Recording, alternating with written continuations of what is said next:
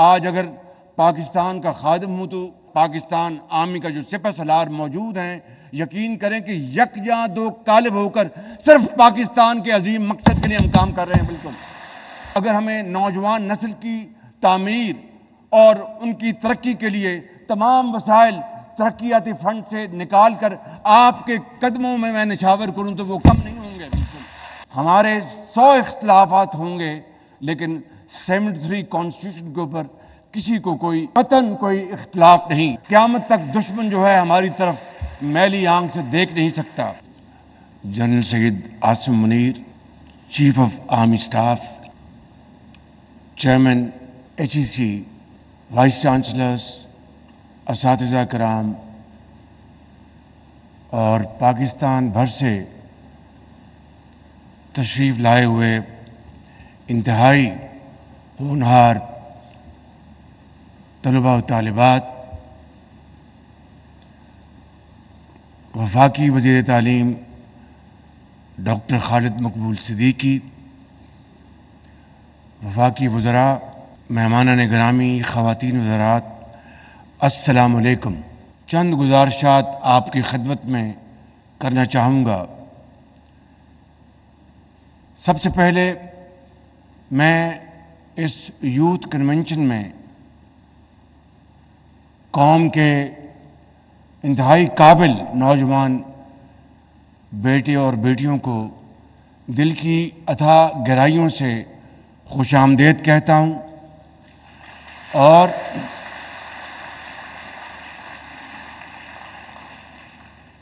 پاکستان کی ترقی کی کنجی آپ کے ہاتھ میں ہے، اور یہ تبھی ممکن ہے، آپ نے کل کے پاکستان کو تابناک بنانا ہے، اور اس کے لیے آج کی حکومت وقت کا یہ فرض منصبی ہے کہ وہ اس تابناک کل کے لیے پوری تیاری کریں۔ وہ جدید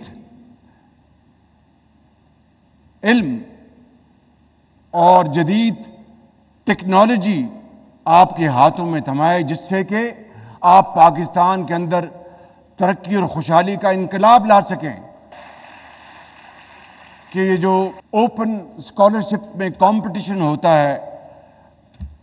چیئرمین مختار صاحب نے پچھلے 3 سال سے پاکستان سر فہرست رہا ہے،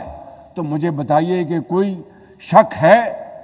کسی کو کوئی ڈاؤٹ ہے کہ ہماری نوجوان نسل اگر ان کو مواقع مہیا کیے جائیں تو اللہ تعالیٰ کے فضل و کرم سے نہ صرف ماضی کے جو نقصانات ہیں ان کا خاتمہ ہو جائے گا، پاکستان کی طرف معاشی لحاظ سے، دفاعی لحاظ سے کوئی میلی آنکھ سے نہیں دیکھ سکے گا۔ مگر شرط اول یہ ہے کہ اکابرین کو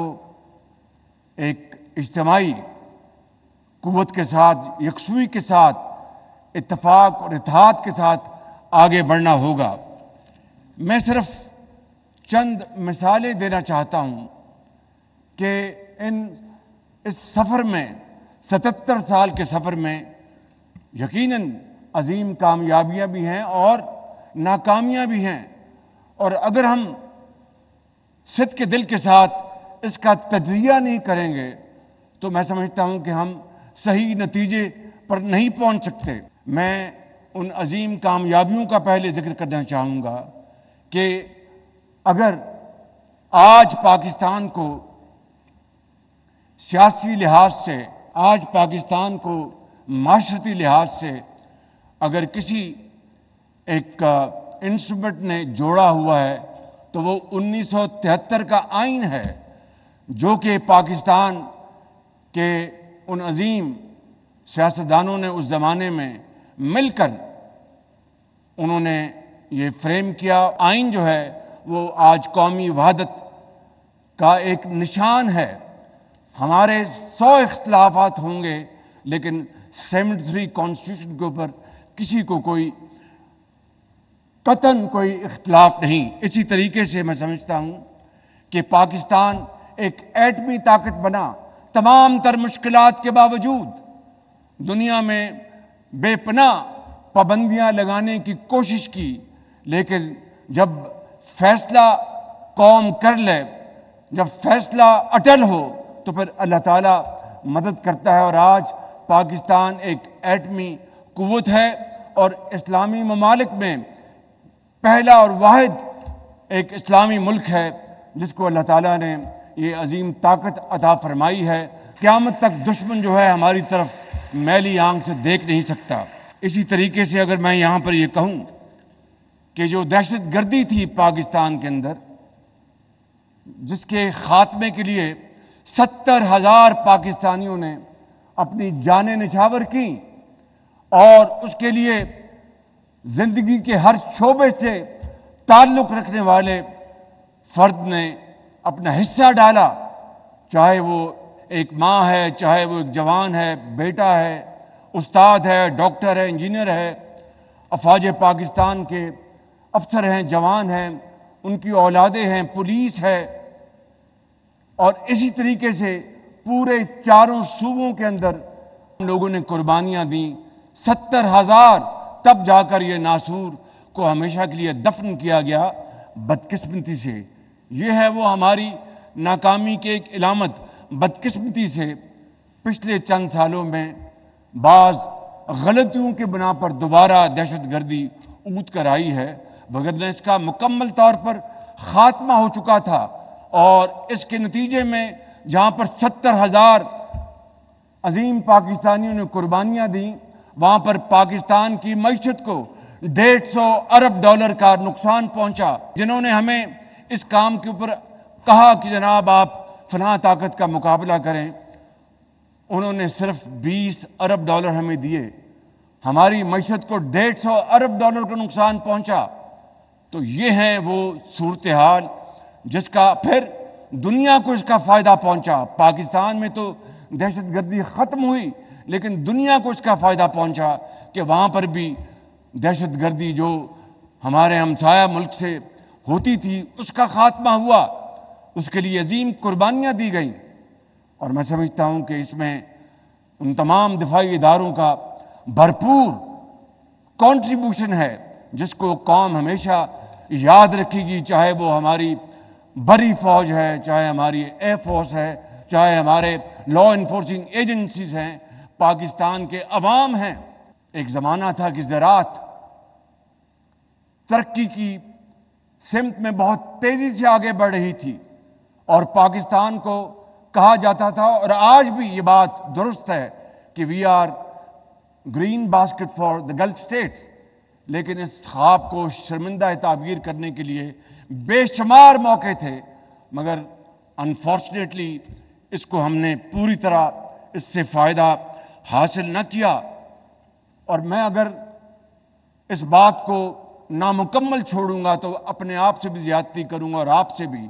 کہ جہاں پر یہ عظیم کامیابیاں ہمیں ملی اللہ تعالیٰ کے فضل و کرم سے اور اجتماعی کاوشوں سے، وہاں پر آج پی آئی اے جو ایک زمانے میں اس کے بارے میں جو لوگو تھا great people to fly with, اور آج ہمیں پی آئی اے کو آج پرائیویٹائز کرنا پڑ رہا ہے۔ پی آئی اے جن قابل مینجمنٹ کے ذمے تھی، انہوں نے ہمارے بعض برادر ممالک میں ان کی ایئر لائنز قائم کر کے دیں۔ اسی طریقے سے پاکستان کا 5 سالہ ترقیاتی منصوبہ، اس کی باقاعدہ کاپی کی گئی اور جنوبی کوریا نے پاکستان کو فالو کیا، اور آج بدقسمتی سے ہماری ترقی اور جنوبی کوریا کی ترقی کا جب آپ موازنہ کرتے ہیں تو پھر ہمیں اس کے اوپر ایک لمحے کی تاخیر کے بغیر ہمیں اس بات کا فیصلہ کرنا ہے کہ کیا بزنس ایز یوزول چلے گا یا ہم آگے بڑھیں گے۔ میرا ایمان ہے اللہ تعالیٰ کے فضل و کرم سے کہ یہ جو نوجوان نسل اس ہال میں موجود ہے اور پورے پاکستان میں کروڑوں کی تعداد میں، آپ نے انشاءاللہ اس پاکستان کی تقدیر بدلنی ہے، اور اس کے لیے میں آپ کو آج یہاں پر بلا خوف تردید کہنا چاہتا ہوں کہ ہمارے جو بجلی کا جو چیلنج ہے، ہمارے جو محصولات کا جو چیلنج ہے، جو ہماری ایکسپورٹس کے جو چیلنج ہے، اس کے حوالے سے جو رقوم جو پاکستان کے جو ڈیولپمنٹ فنڈ میں موجود ہیں، میں آپ کو یہ کہنا چاہتا ہوں کہ جہاں پر ہم نے معیشت کو ہم نے درست کرنا اور ٹھیک کرنا ہے، وہاں پر اگر ہمیں نوجوان نسل کی تعمیر اور ان کی ترقی کے لیے تمام وسائل ترقیاتی فنڈ سے نکال کر آپ کے قدموں میں نچھاور کروں تو وہ کم نہیں ہوں گے۔ آج کا جو پاکستان ہے، آج کے ہمارے جو معروضی حالات ہیں، اس کا یہ تقاضا ہے کہ سیاستدان مل کر اس ملک کی خدمت کریں، اور ادارے جو پاکستان کے اندر آئینی ادارے ہیں ان کے ساتھ مل کر اپنے اپنے دائرے میں رہتے ہوئے ہم پاکستان کی شبانہ روز خدمت کریں گے تو یقین کریں کہ تاریخ ہمیشہ ہمیں یاد رکھے گی، وگرنہ آنے والی نسلیں ہمیں معاف نہیں کریں گے۔ اس لیے میں آج آپ کو بلا خوف تردید کہتا ہوں کہ میں آج اگر پاکستان کا خادم ہوں تو پاکستان آرمی کا جو سپہ سالار موجود ہیں، یقین کریں کہ یکجاں دو قالب ہو کر صرف پاکستان کے عظیم مقصد کے لیے ہم کام کر رہے ہیں۔ بالکل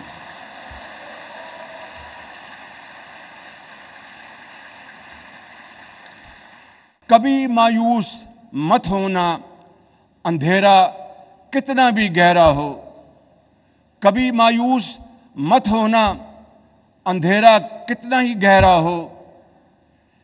سحر کی راہ میں حائل کبھی بھی ہو نہیں سکتا، سویرا ہو کے رہتا ہے۔